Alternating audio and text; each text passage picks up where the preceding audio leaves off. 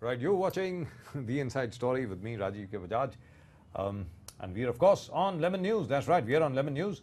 And first, let's take a look at the headlines. But before we look at the headlines, we're going to talk about Narendra Modi, of course. The whole world and his cousin is talking about Narendra Modi, so will we. And we'll also talk about what's been happening in Maharashtra. We'll also talk about what's been happening in the rest of the country as well. लेकिन और उसके अलावा जैसे कल हम लोगों ने आपको वादा किया था कि हम लोग रीडेवलपमेंट की भी बात करेंगे, कन्वेंसिंग की भी बात करेंगे, लेकिन वो ज़रा बाद में. उसके पहले देख लेते हैं अब तक की खास खबरें. और ख़ास खबरें देखने के बाद हम ये पूछेंगे हमारे पुराने मित्र तुषार गांधी से कि भाई ऐसा तो नहीं है कि गांधी जी की विरासत, गांधी जी की जो लेगेसी है, अब उसके उत्तराधिकारी कहीं नरेंद्र मोदी तो नहीं बन गए. क्योंकि कांग्रेस तो गांधी जी को भूल गई. गांधी जी को याद करने वाले, गांधी जी की महत्ता को बार बार दोहराने वाले सिर्फ और सिर्फ नरेंद्र मोदी हैं. Now let's take a look at the headlines.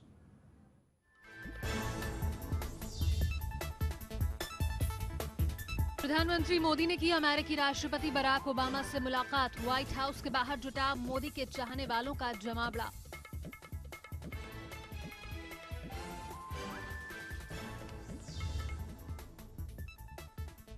Bharat America की दोस्ती से चिढ़ा चीन. चीन ने भारत अमेरिका की रणनीतिक साझेदारी को नकारा. कहा भारत नहीं है बड़ा खिलाड़ी.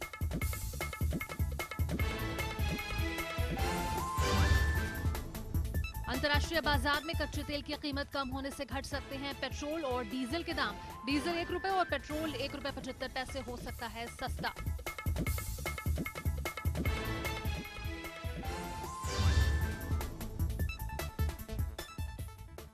जेल में बीतेगा जयललिता का दशहरा. अक्टूबर तक चली जयललिता की जमानत अर्जी पर सुनवाई.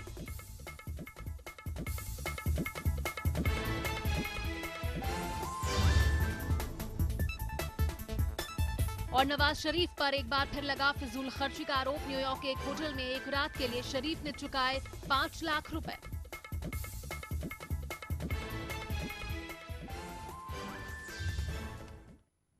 जी, और जैसा हमने वादा किया था आपसे, हमारे साथ होंगे जनाब तुषार गांधी साहब खुद. और उनसे हम ये पूछेंगे कि भाई जिस तरीके से नरेंद्र मोदी जी ने बार बार गांधी मंत्र का जाप किया न्यूयॉर्क के मेडिसन स्क्वायर गार्डन में जाकर के और उसके बाद वॉशिंगटन में जाकर के भी, कहीं ऐसा तो नहीं है क्योंकि कांग्रेस अपनी विरासत को भूल गई है, अब किसी और ने गांधी जी को अपना लिया है. इस वक्त हमारे साथ हैं Tushar Gandhi. Tushar, can you hear me? Yes, very much. Hi, Rajiv Bajaj here, back again on Lemon News. Thank you so much. Thank you, Tushar, for talking to us. I know you're on holiday. I mean, you're a lucky man. You're in a place like Mussoorie. Fantastic. Absolutely wonderful. Landor and Mussoorie. Wow. I really envy you. Now, listen, the way you heard Narendra Modi speaking in New York, I don't know whether you heard him, but the fact is, it seems as if because the Congress had forgotten Gandhiji, Narendra Modi has just decided that he's going to take over that legacy. Am I right in thinking that, Tushar? Well, at least the pretense is there. शायद अगर नाम रख लेते, सच्चा नाम रख लेते तो ज़्यादा one would have believed his newfound love more. जी, सच्चा नाम रख लेते मतलब मोहनदास करमचंद गांधी की जगह पे उन्होंने मोहनलाल कह दिया.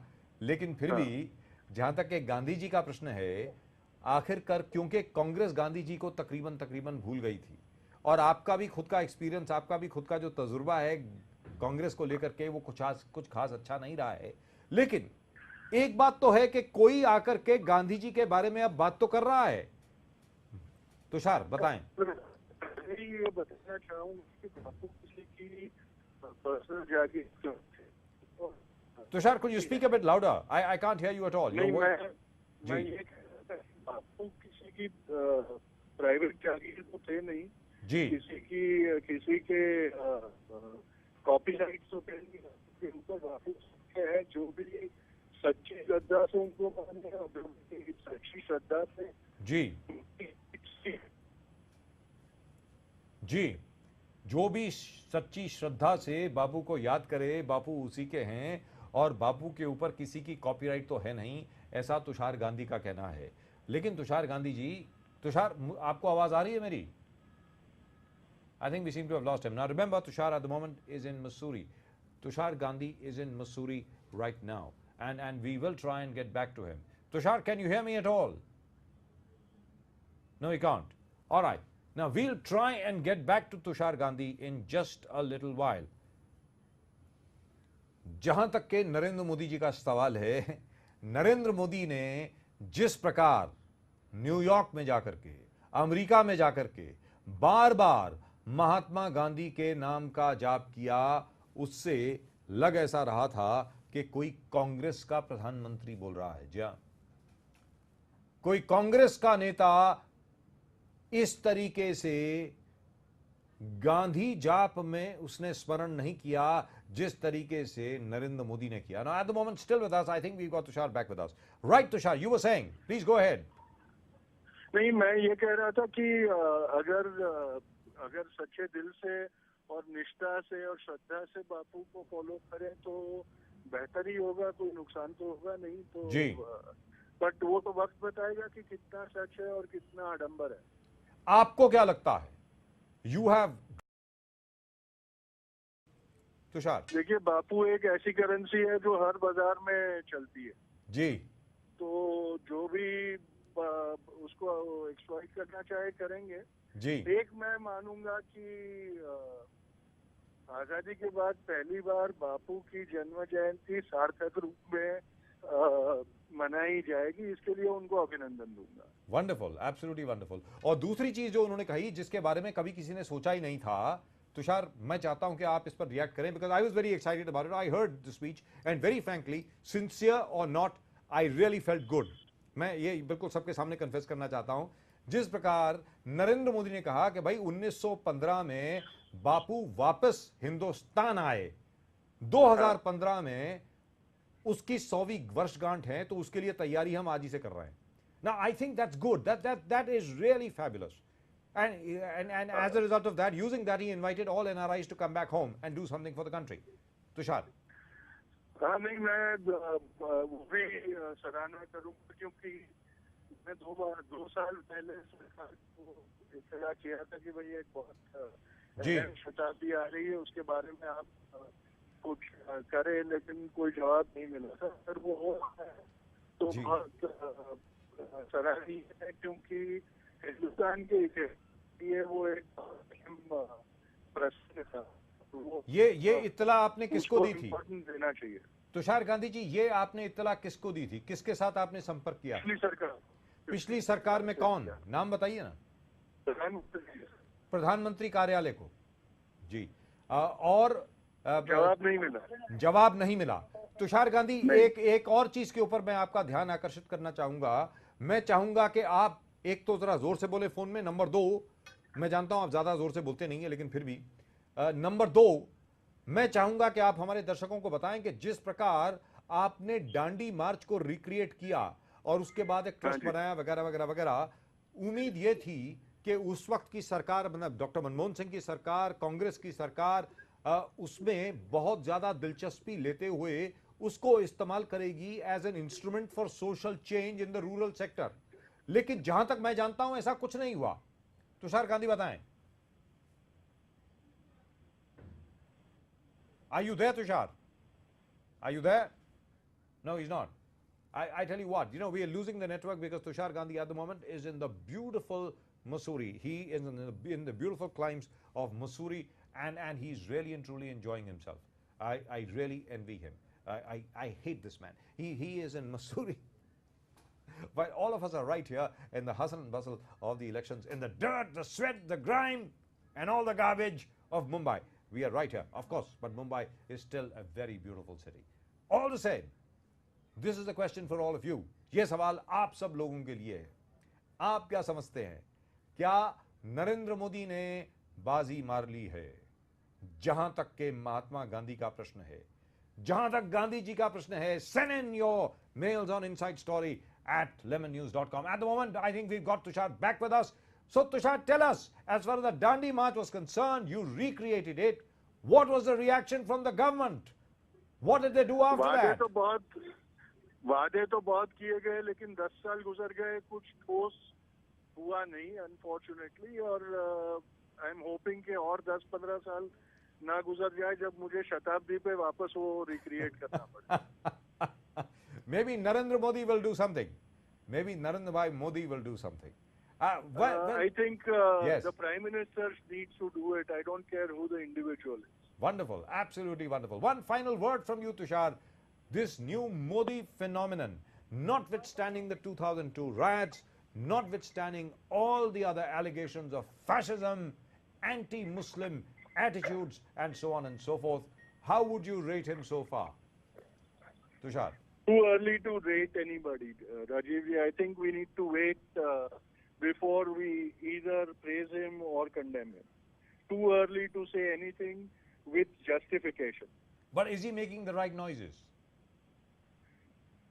आवाज तो सब कर सकते हैं ना, लेकिन उससे प्रदूषण भी होता है।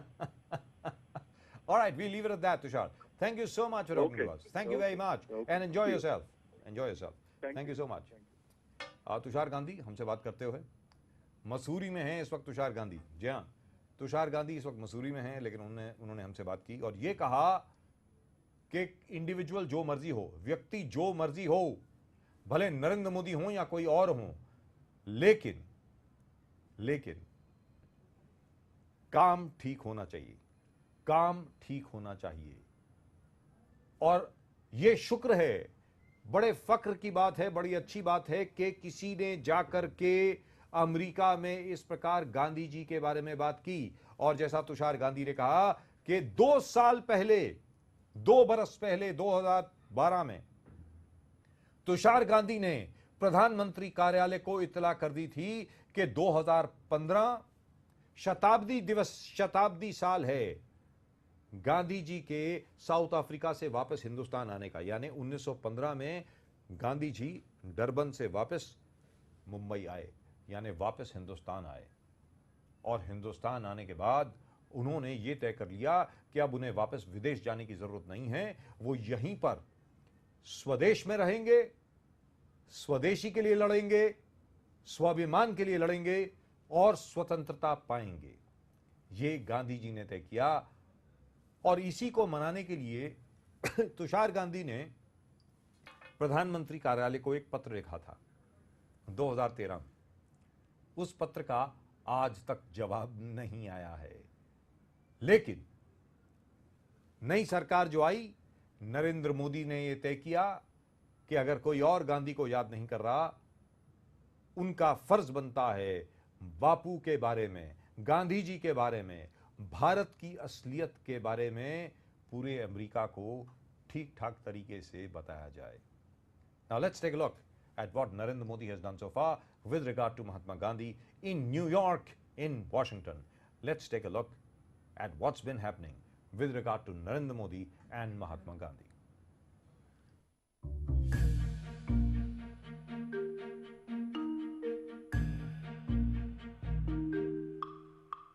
अब तक यही समझा जाता रहा है कि महात्मा गांधी के विचारों को आगे बढ़ाने का काम कांग्रेस ने ही किया है। कांग्रेस हमेशा से ही खुद को महात्मा गांधी के आदर्शों वाली पार्टी बताती रही है। लिहाजा समझा जाने लगा कि कांग्रेस ही महज ऐसी पार्टी है जिसने महात्मा गांधी के विचारों को आगे बढ़ाया। लेकिन अब जिस तरह प्रधानमंत्री नरेंद्र मोदी महात्मा गांधी के विचारों, उनके आदर्शों और उनके स्वप्न को तरजीह दे रहे हैं, उससे लगने लगा है कि प्रधानमंत्री नरेंद्र मोदी महात्मा गांधी के विचारों को आगे ले जाने की कोशिश में हैं। M.K. गांधी भी, मोहनलाल करमचंद गांधी, ये भी प्रवासी भारतीय थे और महात्मा गांधी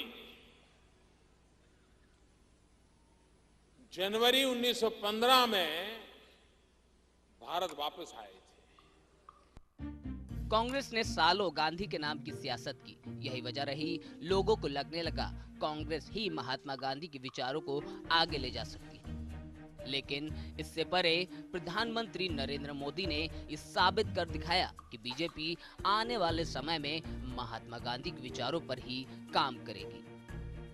इस बात की तस्दीक तब हो जाती है जब प्रधानमंत्री ने अमेरिका दौरे के दौरान गांधी जी के स्वच्छ भारत के सपने का जिक्र किया। इससे पहले भी कई बार प्रधानमंत्री अपने भाषण में गांधी जी के विचारों के जरिए नए भारत का निर्माण करने का आह्वान जनता से कर चुके हैं। और इसलिए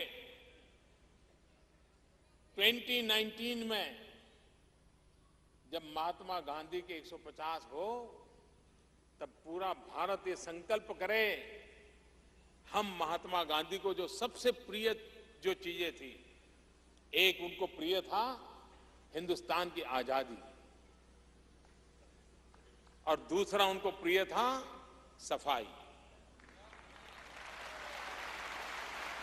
गांधी जी स्वच्छता में कभी कॉम्प्रोमाइज नहीं करते थे, कभी कॉम्प्रोमाइज नहीं करते थे, बड़े अड़िग रहते थे।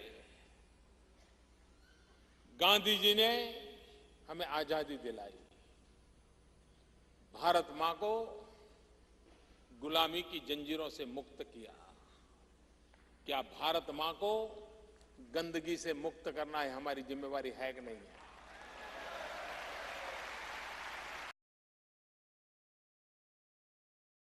स्वच्छ साफ सुथरा हिंदुस्तान उनके चरणों में दे सकते हैं कि नहीं दे सकते? बेशक अब तक कांग्रेस ही गांधी जी के विचारों, उनके आदर्शों की दुहाई देती आई है, लेकिन बीजेपी सत्ता में है तो कहीं न कहीं प्रधानमंत्री नरेंद्र मोदी कांग्रेस के नक्श कदम पर चलते हुए लगातार गांधी जी के विचारों को तरजीह दे रहे हैं और लगातार अपने भाषणों में उनका जिक्र कर रहे हैं। Bureau report, lemon news, Mumbai.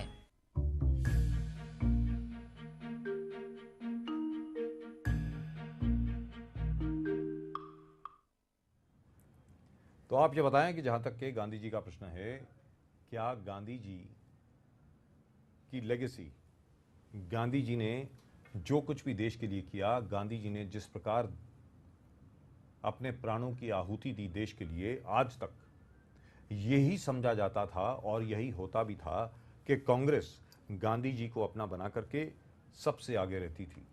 लेकिन डॉक्टर मनमोहन सिंह के 10 सालों में लगने ऐसा लगा कि कांग्रेस गांधी जी को ही भूल गई। लगने ये लगा कि बापू के बारे में आप जो मर्जी कह लें, कुछ भी कह लें, उनको ये लगा बापू तो हमारे ही हैं, बापू के बारे में और कोई बात करने की आवश्यकता नहीं है। सिर्फ 2 अक्टूबर को और 30 जनवरी को बापू को याद किया जाता था। 30 जनवरी जो शहीदी दिवस है और 2 अक्टूबर जो उनका जन्मदिन है, सिर्फ इन्हीं दिनों को बापू को याद किया जाता था। बाकी दिनों में क्या होता था वो आप सबके सामने है। ये पहली बार हुआ कि नरेंद्र मोदी ने न्यूयॉर्क में जाकर के ये कहा, मैं प्रवासी भारतीयों से बात कर रहा हूं। गांधी भी एक प्रवासी भारतीय थे, जहां एनआरआई, नॉन रेजिडेंट इंडियन, लेकिन उन्होंने ये तय किया कि मैं वापस नहीं जाऊंगा, मैं अपने घर लौट करके, स्वदेश लौट करके अपने देश के लिए काम करूंगा।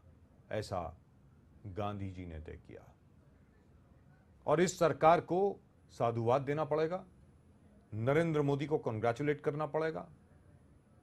भले आप नरेंद्र मोदी के विरोधी हों, भले आप नरेंद्र मोदी के खिलाफ हों, लेकिन जहां तक बापू का सवाल है, बापू सबके हैं। जैसा अभी तुषार गांधी ने कहा, बापू के ऊपर किसी की कॉपीराइट तो है नहीं, यहां पर कोई कॉपीराइट वायलेशन तो है नहीं। लिहाजा जब नरेंद्र मोदी जैसा शख्स बापू के बारे में बात कर सकता है तो कांग्रेस क्यों नहीं कर रही है? आज तक कांग्रेस ने क्यों नहीं किया? और चलते चलते मैं ये जानना चाहूंगा कि डॉक्टर मनमोहन सिंह की सरकार ने ये अनाउंसमेंट क्यों नहीं की कि 2015 में हम प्रवासी दिवस मनाने जा रहे हैं। 2015 वर्षगांठ है 100 साल की, 100वीं वर्षगांठ है बापू की वापसी की, स्वदेश वापसी की 100वीं वर्षगांठ है। इसके बारे में डॉक्टर मनमोहन सिंह की सरकार ने कुछ क्यों नहीं किया? इसका जवाब कांग्रेस को देना चाहिए देना चाहिए, लेकिन आज तक कोई जवाब नहीं मिला, आज तक कोई जवाब नहीं मिला। मैं चाहूंगा कि आप अपने ईमेल्स भेजें, please do send your emails on insidestory@lemonnews.com. That is insidestory@lemonnews.com. Please do send your emails.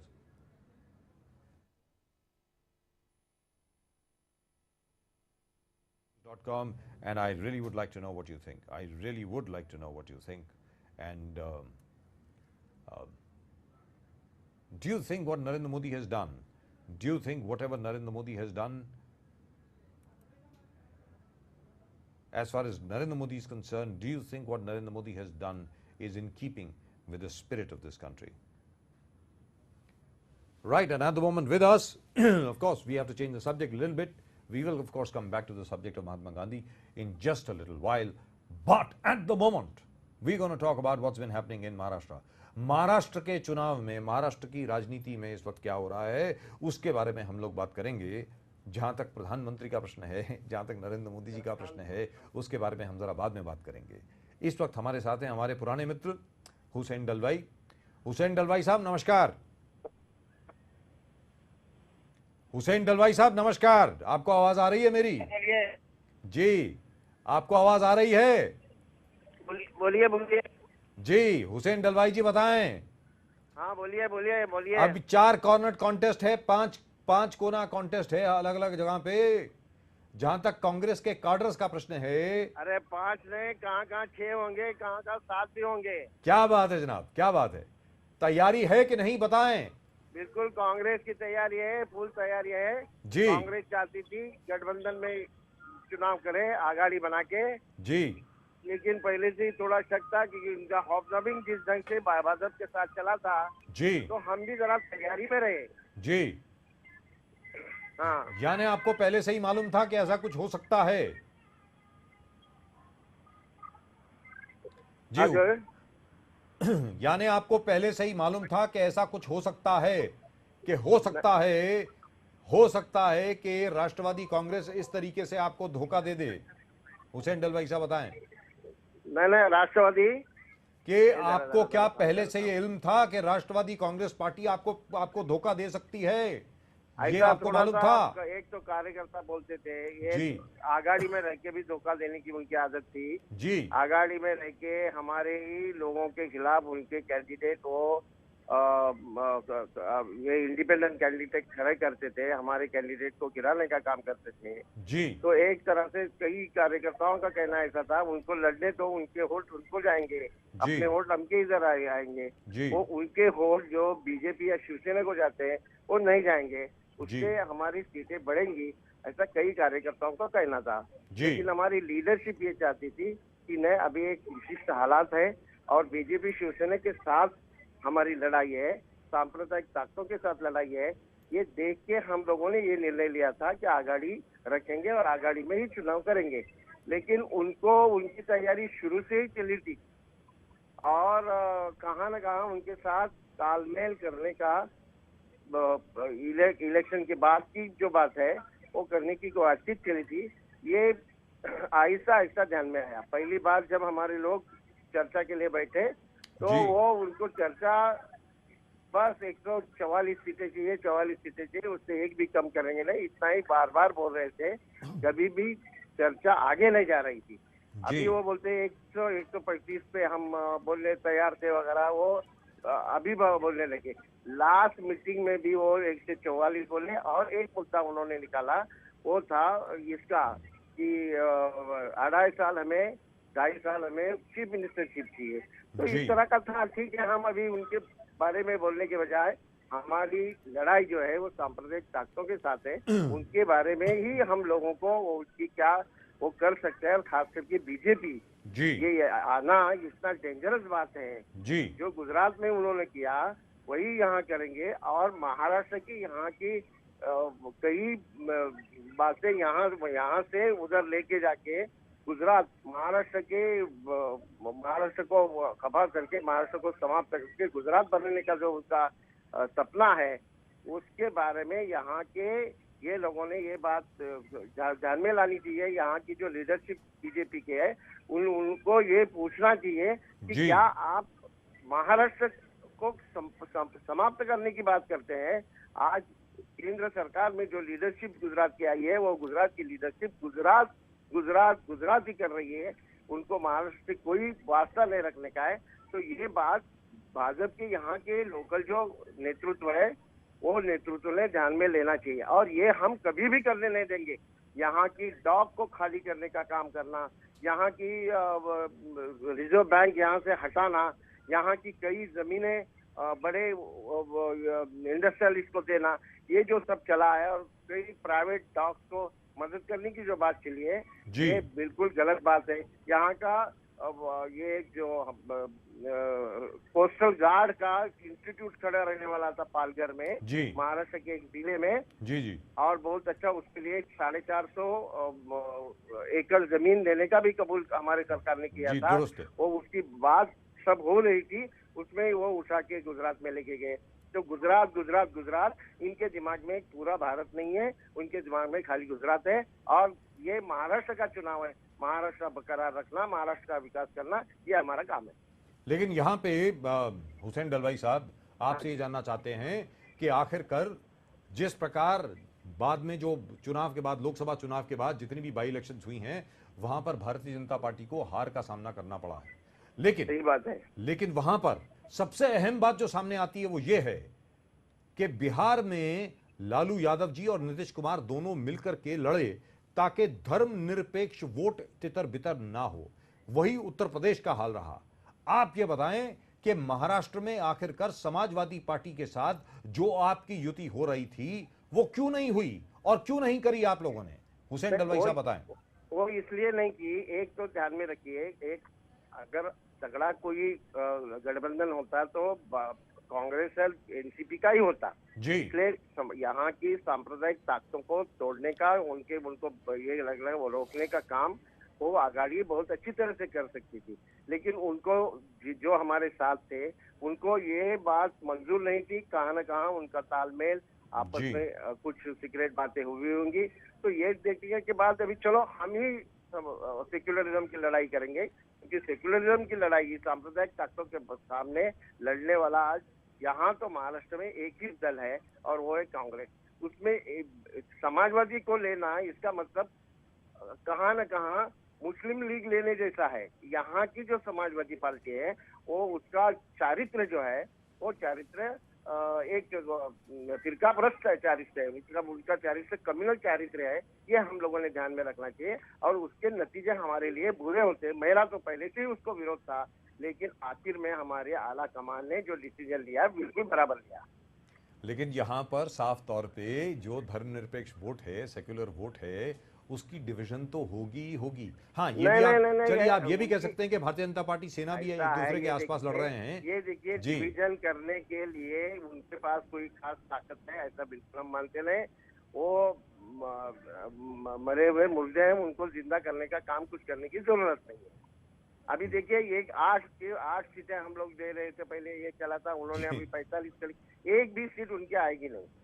आपके मुताबिक एक यहाँ वो हमेशा मुस्लिम वोट के ऊपर मुस्लिम वोट का डिवीजन करना चाहते हैं, लेकिन मुसलमान यहाँ का, महाराष्ट्र का मुसलमान ये बहुत अच्छी तरह से जानता है। और महाराष्ट्र का मुसलमान भी अलग है, जो हिंदू और मुसलमान ऐसी दरार वो पैदा बिल्कुल करना नहीं चाहता, वो एक रहना चाहता है, और एक वो कांग्रेस के झंडे के नीचे ही रहेगा, एक और कांग्रेस के झंडे के नीचे ही रहेगा। चलिए हुसैन डलवाई साहब, बहुत बहुत शुक्रिया आपका हमसे बात करने के लिए। Thank you so much, thank you so much.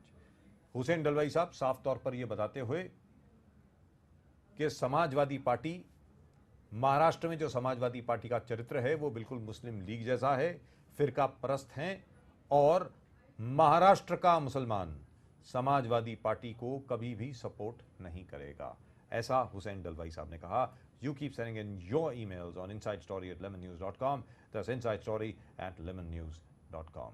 Right, time for us to take a short break. Time for us to take a very, very short break. Don't go away. We'll be right back in just 1 minute. In just 1 minute, we will be right back.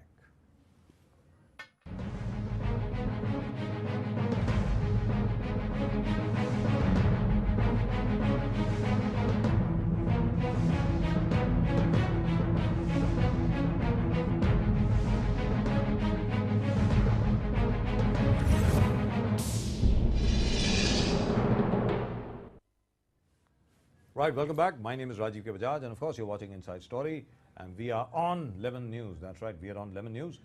First, let's take a look at the headlines, and then after that, as we promised you yesterday, we're going to talk about redevelopment, we're going to talk about conveyancing, and with us, of course, Advocate Pradeep Nambiar is there.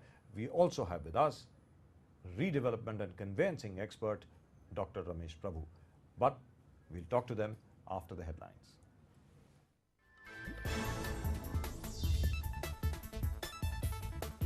प्रधानमंत्री मोदी ने की अमेरिकी राष्ट्रपति Barack Obama से मुलाकात। White house के बाहर जुटा मोदी के चाहने वालों का जमावड़ा।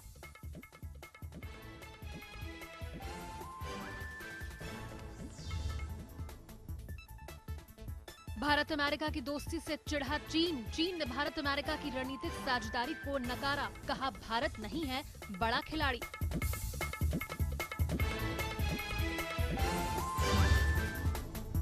अंतर्राष्ट्रीय बाजार में कच्चे तेल की कीमत कम होने से घट सकते हैं पेट्रोल और डीजल के दाम। डीजल 1 रुपए और पेट्रोल 1 रुपए 75 पैसे हो सकता है सस्ता।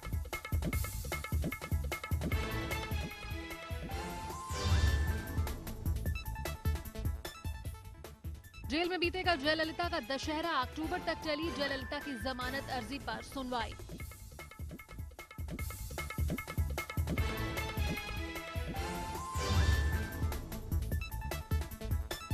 और नवाज शरीफ पर एक बार फिर लगा फिजूल खर्ची का आरोप। न्यूयॉर्क के एक होटल में एक रात के लिए शरीफ ने चुकाए 5 लाख रुपए।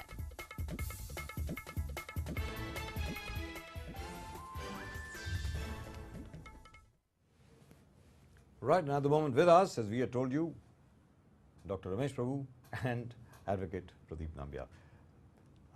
Dr. Prabhu, thank you very much for coming on the show. So nice of you. And Pradeep, as always, welcome to the show. Doctor Ramesh Prabhu, सबसे पहले आपसे आप ये बताएं, जैसे कल प्रदीप नाम्बियार जी बता रहे थे कि जिस प्रकार एक निर्णय लिया गया कि कन्वेंसिंग का जो मेथड है, कन्वेंसिंग की जो मेथडोलॉजी है, उसको हम लोग सरल कर दें, बहुत आसान कर दें, लेकिन आज तक वो हो नहीं पाया है। ऐसा क्यों है? आपने भी, हम लोगों ने भी, सब लोगों ने भी, आपने भी न जाने कितने सेमिनार किए हैं, मैं भी उन सेमिनार में आया हूँ, लेकिन लोगों की ये कंप्लेंट है, हाउसिंग सोसाइटीज़ की यही शिकायत है कि आज तक जो मेथडोलॉजी है वो वैसी की वैसी है, उतनी ही कॉम्प्लिकेटेड है। आखिरकार ये सरकार एक एक चीज़ को इतनी कॉम्प्लिकेट क्यों कर देती है? रमेश प्रभु जी बताएं। एक तो ये है कि एक ज़मीन का संबंध है जी, और जब ज़मीन का संबंध आता है तो बहुत सारा डिपार्टमेंट इसमें जुड़े हुए हैं।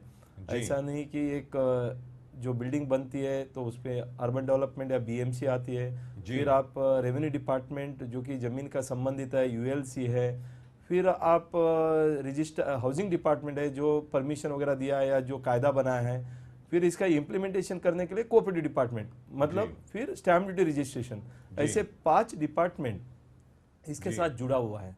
तो जब 5 डिपार्टमेंट जुड़ा है तो इनका एकजुट हो नहीं रही है, कोऑपरेशन नहीं आ रहा है, और जो चीज़ है वो लगभग 20 साल, 25 साल, 30 साल से बिल्डर लोगों ने इसको कन्वेंस नहीं दिया, ज़मीन मालक ने नहीं दिया।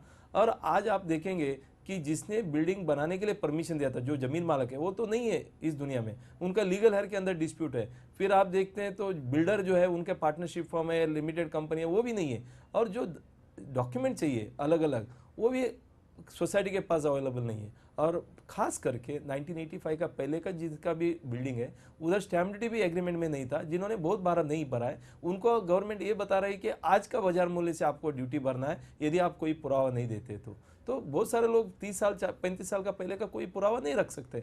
तो इस तरह के एक तो कोऑपरेशन नहीं है, कोऑर्डिनेशन नहीं है, डॉक्यूमेंटेशन नहीं है, स्टैम्प ड्यूटी का ये नहीं है, और जो ज़मीन मालक है वो भी नहीं देना चाहते है तो, या उनका लीगल हेयर्स है, ये सब बहुत सारा डिस्प्यूट या डिफ़िकल्टीज़ है। और बहुत सारा सोसाइटी ने क्या किया है कि कायदा अभी अभी डीम्ड कन्वेंस का लाया, लेकिन उसके पहले कंज्यूमर कोर्ट में गया, सिटी सिविल कोर्ट में है, हाई कोर्ट में है, तो बहुत सारा मुकदमा भी चालू है। ये सब कॉम्प्लिकेट होके खड़ी है। इसको एकदम सिंप्लीफाई करते हैं, गवर्नमेंट चाहते तो हो सकता है, लेकिन नहीं हुआ है जी, लेकिन नहीं हुआ है। प्रदीप आप बताएं, जो अभी रमेश प्रभु जी ने कहा, चलिए वो तो ठीक है, जहाँ तक उनका सवाल है, वो बड़े सभ्य आदमी हैं, बड़े सिविलाइज्ड किस्म के आदमी हैं, और उन्होंने ये कहा कि भाई इसमें 5 डिपार्टमेंट्स आ जाते हैं, 5 विभाग आ जाते हैं, लेकिन इससे किसी का लेने का मतलब आम आदमी ले क्या लेना देना है। जहाँ तक कि सोसाइटी का प्रश्न है, कोई भी हाउसिंग सोसाइटी अगर ये कहती है कि भाई I am a registered cooperative housing society, उसके बाद conveyance should be deemed to have been done. All I need to do is to apply for it. तो ऐसा क्यों नहीं हो सकता, ये आप जरा बताएं। मतलब इतनी कॉम्प्लिकेशन में जाना, 5 अलग अलग डिपार्टमेंट हैं, इससे आम आदमी का क्या लेना देना। ये तो सरकार का मसला है। सरकार को अगर कोई भी चीज सरल करनी है तो किसी को इधर से उधर भगा भगा के पागल करने का क्या मतलब हुआ, जी बताएं। Sir, exactly. Mr. Prabhu has been, in fact, forefront में था जहाँ डीम कन्वेंस redevelopment था। बहुत सारे इन्होंने कैंपेन्स भी किए। I think Maharashtra level, I mean, government को हिला दिया, गवर्नमेंट को सही रहा। But ultimately, as you say, he has been an activist. We are also an activist. We, as an activist, you have been an activist. The ends of justice isn't being met. हमारे कानून कायदा, हमने व्यवस्था, नया amendments, constitutional amendments, नया कानून, regulation जो भी लाते हैं, इसलिए लाते हैं कि इंसान के जीवन को बेहतर बनाए।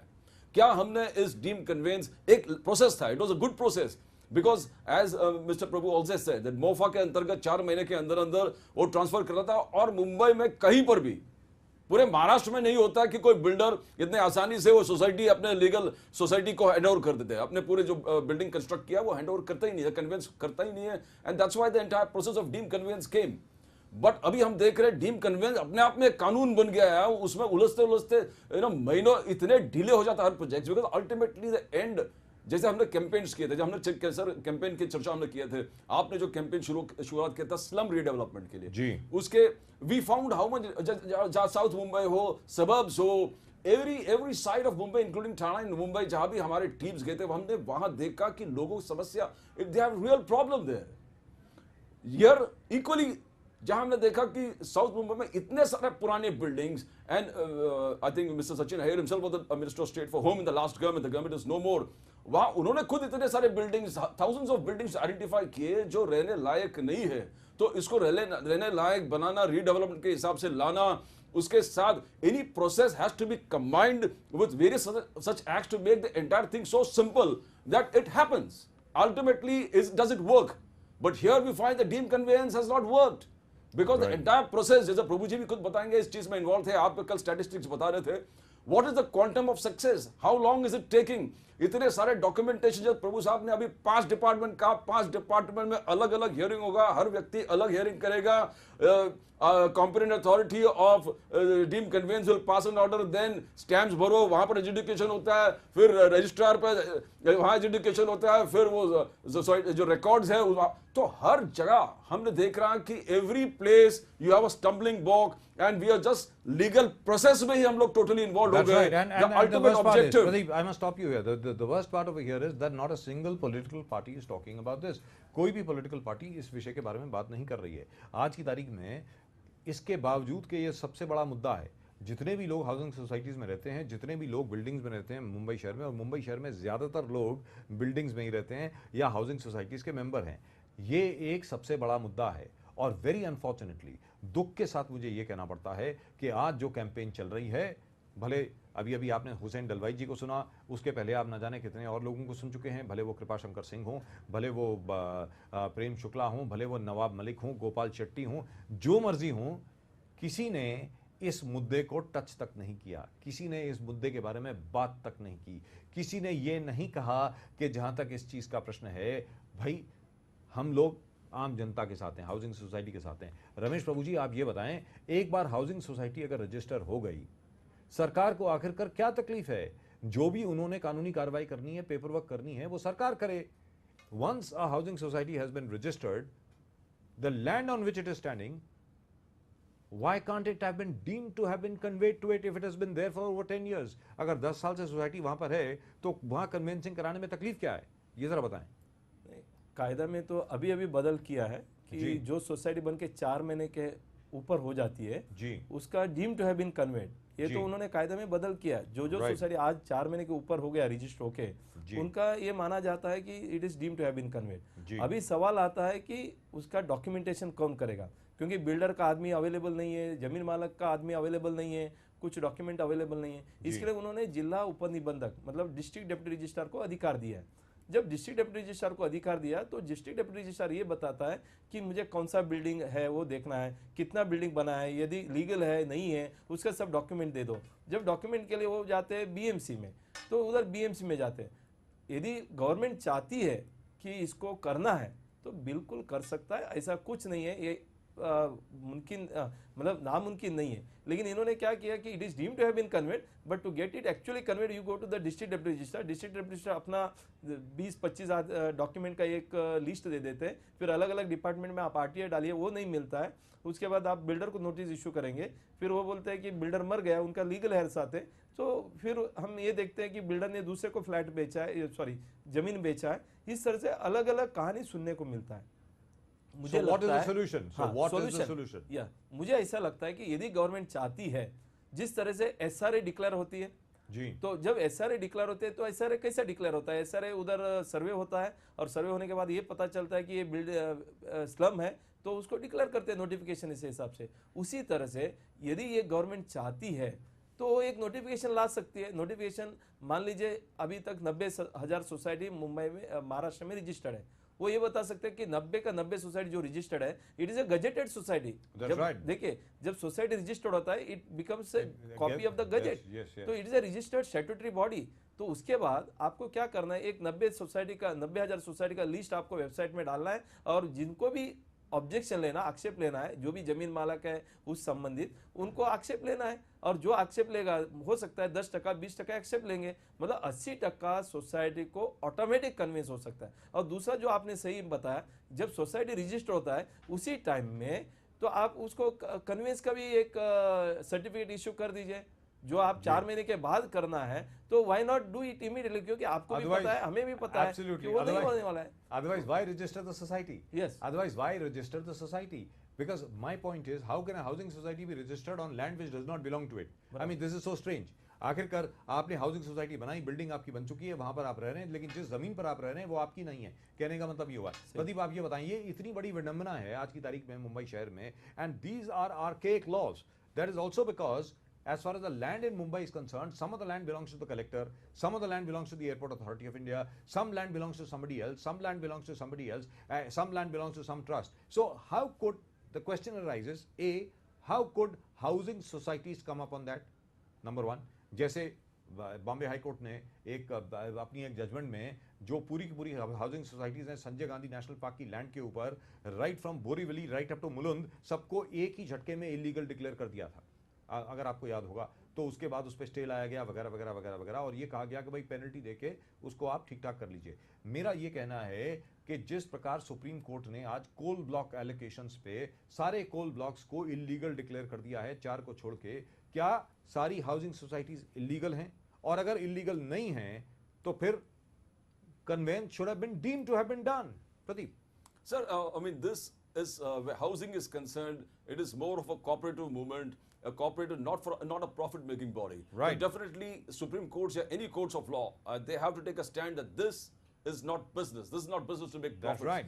This is not a fundamental right. Definitely not a fundamental right, but right to life, liberty, and pursuit of happiness written in the Constitution that No, but every person has to. But I must stop you there. In the directive principles, Yes. in the directive principles of the Yes. Constitution, a right to a house, to a residence, is listed as part of the directive principles of state policy. So which means housing may not be a fundamental right, but the manner in which the Prime Minister has been talking about housing and so on and so forth, I think very shortly it will become a fundamental right. Of course. Ji, The बताएं। entire concept of speech, expression, faith, worship and belief, right to life, liberty and pursuit of happiness, the element of housing is absolutely vital for human That's right. existence. Absolutely. And if it is vital for human existence, you can't compete or compare that with any business of profit. It has to be taken as a cooperative movement, as a cooperative society, providing a roof over a family is the government's fundamental duty.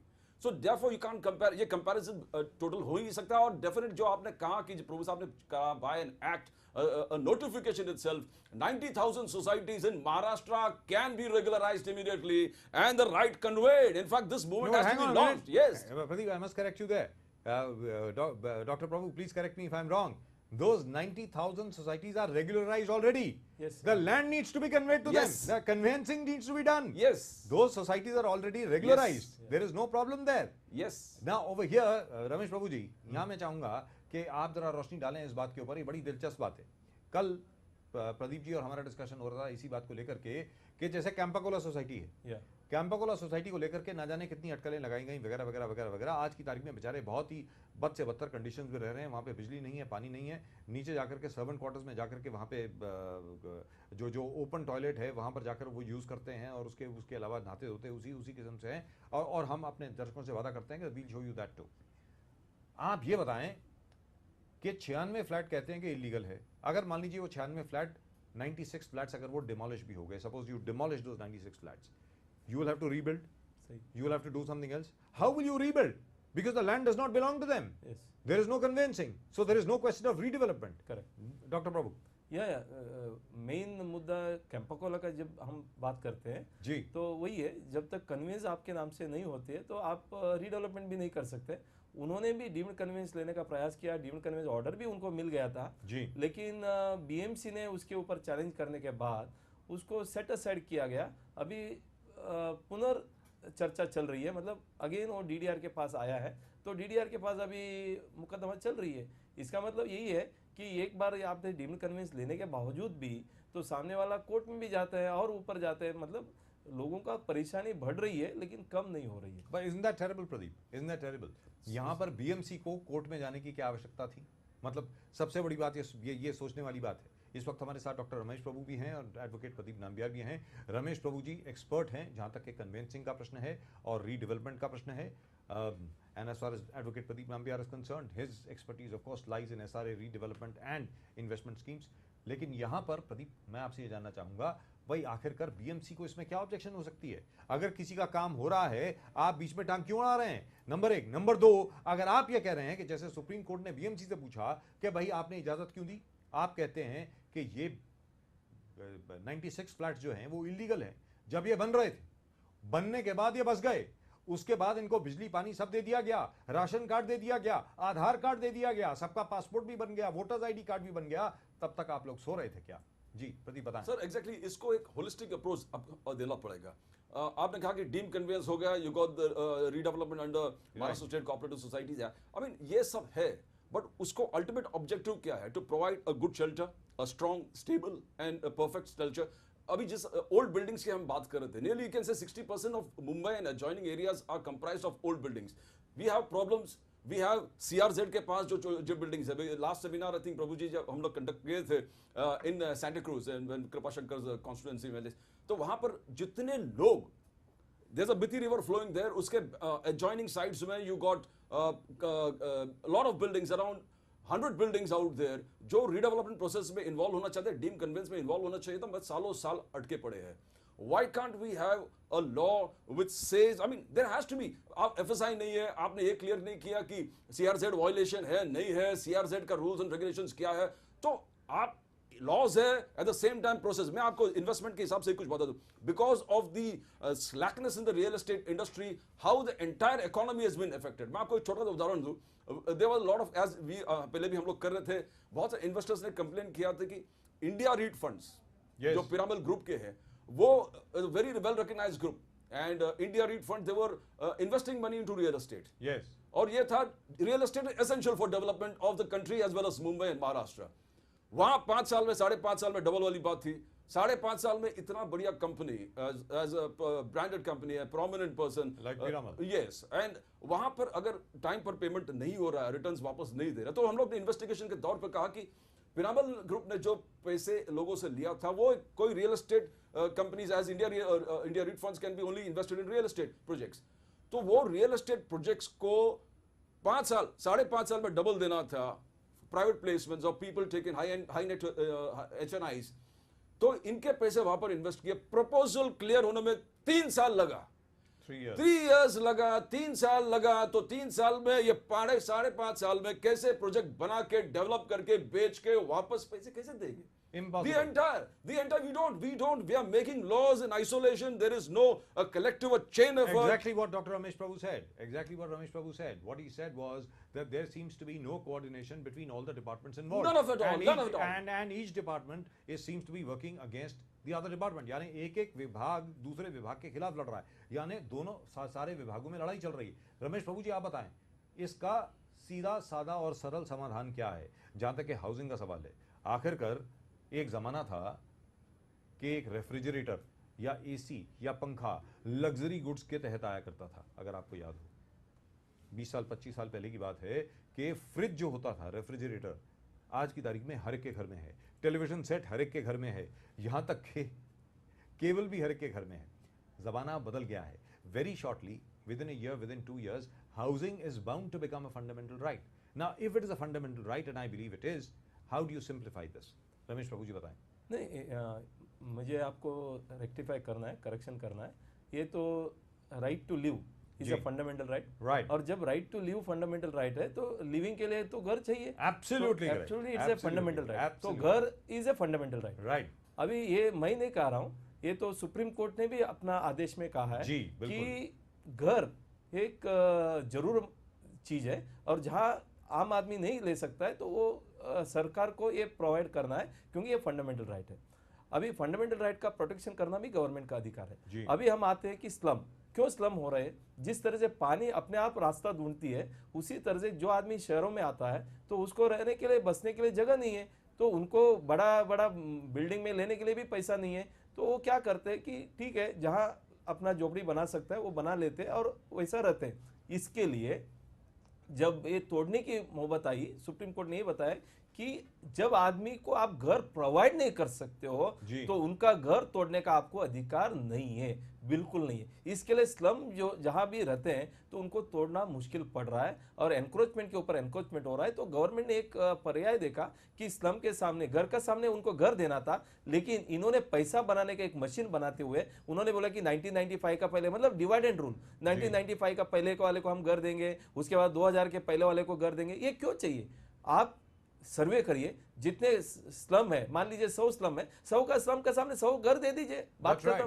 But that is not happening. मतलब government हर जगह में कोई ना कोई very important point, Ramesh Babu ji, very very important point, and we will discuss this tomorrow as well. कल इसके बारे में हम जरूर बात करेंगे। जो रमेश बाबू जी ने कहा कि भाई आखिरकार कट ऑफ डेट क्यों, why a cut off date?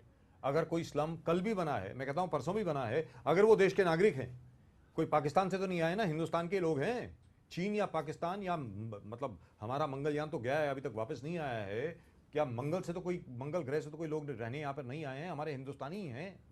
अगर हमारे नागरिक हैं तो उनके पास पूरा हक है, घर का पूरा हक है, लाइफ का। जैसे अभी रमेश प्रभु जी ने कहा, if you have the right to life, you have the right to a house, and if the government can not provide a house, you can't demolish a house built by anyone. And remember that. Now, in case of conveyancing, in case of your housing societies, in case of investments, if you have any problems, do send in your mails. That is the mail right over there, inside story @lemonnews.com. Ramesh Prabhu, thank you very much for coming over here. Great pleasure as always talking to you. Pradeep, of course, will be back with us again tomorrow. Thank you, both of you. That's it. That's all we've got in tonight's Inside Story. Do keep watching Lemon News. We'll of course be back here on the same channel tomorrow. And we leave you with the headlines from Mumbai and Maharashtra. Bye-bye.